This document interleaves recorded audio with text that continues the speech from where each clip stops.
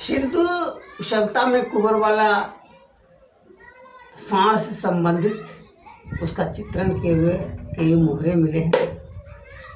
और जैसा कि आपको बताया जा चुका है कि कुबर वाला सांड प्रयास का प्रतीक है, द्वितीय चरण का प्रतीक है। और हम अखंडता को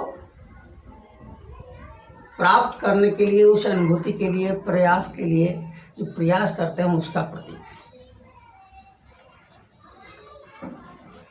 यह जो प्रस्तुत मुहर का जो चित्र आप देख रहे हैं, 2 अक्षरी है, 3 छोटे छोटे डंडे बने हुए हैं और दूसरा जो पूंछ की ओर जो आकृति है, जो अक्षर है, वो त्रिशूल की तरह। जो 3 डंडे बने हुए हैं वह सांड के लिंग के सामने है, ऊपर, यानी लिंग के बारे में बताया जा रहा है। और लिंग किस चीज का प्रतीक है? लिंग आकाश का प्रतीक है, आकाश के बारे में बताया जा रहा है। और 3 किस चीज का प्रतीक है? 3 जो डंडे हैं वो सततता का प्रतीक है, सतत है। क्या सतत है?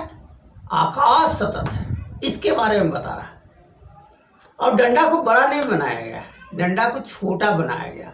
3 डंडे अगर बड़े हैं तो वह व्यक्ति स्थिति को बता रहा है, और अगर 3 छोटे डंडे हैं तो अव्यक्त के बारे में बता रहा है, सततता के बारे में बता रहा है। अव्यक्त है सतत, इसके बारे में इन 3 डंडों के माध्यम से व्यक्त किया गया। दूसरी जो आकृति है उसके बारे में पहले भी बताया जा चुका है। आकाश आधार हो जाता है, और जो ऊपर 3 फलक है मनोवृत्ति का प्रतीक है, स्मृति मन और बुद्धि का प्रतीक है, उसका आधार आकाश हो जाता है। और जैसे ही स्मृति मन और बुद्धि का आकाश हो जाता है, आधार आकाश हो जाता है, आकाश के बारे में ही स्मृति करता है, मनन करता है और बुद्धिगत रूप से सोचता है और निर्णय लेता है। यह शीर्ष स्थिति को बता रहा है, प्रयास के शीर्ष स्थिति को। और उस स्थिति के बाद, उस प्रयास के सर्वोच्च स्थिति के बाद आदमी बाध्यता की ओर ढलकता है कि आकाश के बारे में ही सोचने की आदत हो जाती है, प्रवृत्ति हो जाती है, उसी का मनन करता है। वो तीसरे स्टेज की बात है। तो कुबर वाला सांड द्वितीय स्टेज का प्रतीक है, और इन 2 अक्षरों के माध्यम से आकाश की सततता के बारे में बताया गया है। कुबरता आत्मा का प्रतीक है। और इस तरह से हम देखेंगे कि विभिन्न मुहरों में विभिन्न माने स्थिति के बारे में साधकों को बताने का प्रयास किया गया। जब आप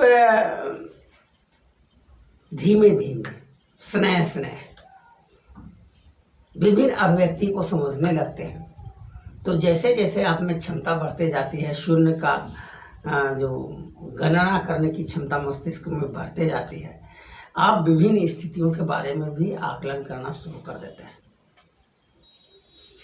ऐसा नहीं है कि इन मुहरों का निर्माण साधना के शुरुआती दिनों के रूप में या प्रयास कर रहे थे उसी समय दिमाग में आया।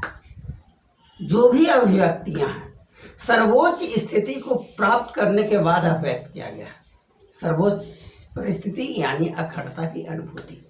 अखंडता की अनुभूति के पश्चात जो विभिन्न क्रमों में हम जिए हैं, अनुभूति के विभिन्न क्रमों में जो जिए हैं, उन क्रमों को याद कर करके उससे मोहरों के रूप में अभिव्यक्त करने की कोशिश किया गया। और यह द्वितीय चरण का जो मुहर है वह अखंडता की शेष अनुभूति के पश्चात ही उसका निर्माण संभव हो पाया। और लेकिन सर्वोच्च स्थिति को प्राप्त करने के बाद भले अभिव्यक्त कर दिया गया हो, लेकिन एक जो प्रयासरत साधक है उसको शुभारंभ में सर्वोच्च स्थिति का एक आकलन का बारे में बता देने की ज़रूरत है, ताकि वह लक्ष्य को बेहतर ढंग से समझ सके। अगर द्वितीय चरण को ही आप पहले समझ गए तो अखंडता की अनुभूति की ओर जाने में, समझने में, उस पर शून्य पर टिके रहने की क्षमता वो विकसित हो जाती है और उससे साधक का जो समय होता है वह कम समय में सर्वोच्च अनुभूति की अनुभव कर लेता है। तो इस तरह से हम देखते हैं कि इस मुहर में 2 अक्षरों के माध्यम से बड़े सामान्य ढंग से आकाश की सततता के बारे में बताया गया और आकाश को आधार स्वरूप ग्रहण कर लेने से स्मृति, मन और बुद्धि की क्रियाशीलता के भी बारे में बताया गया।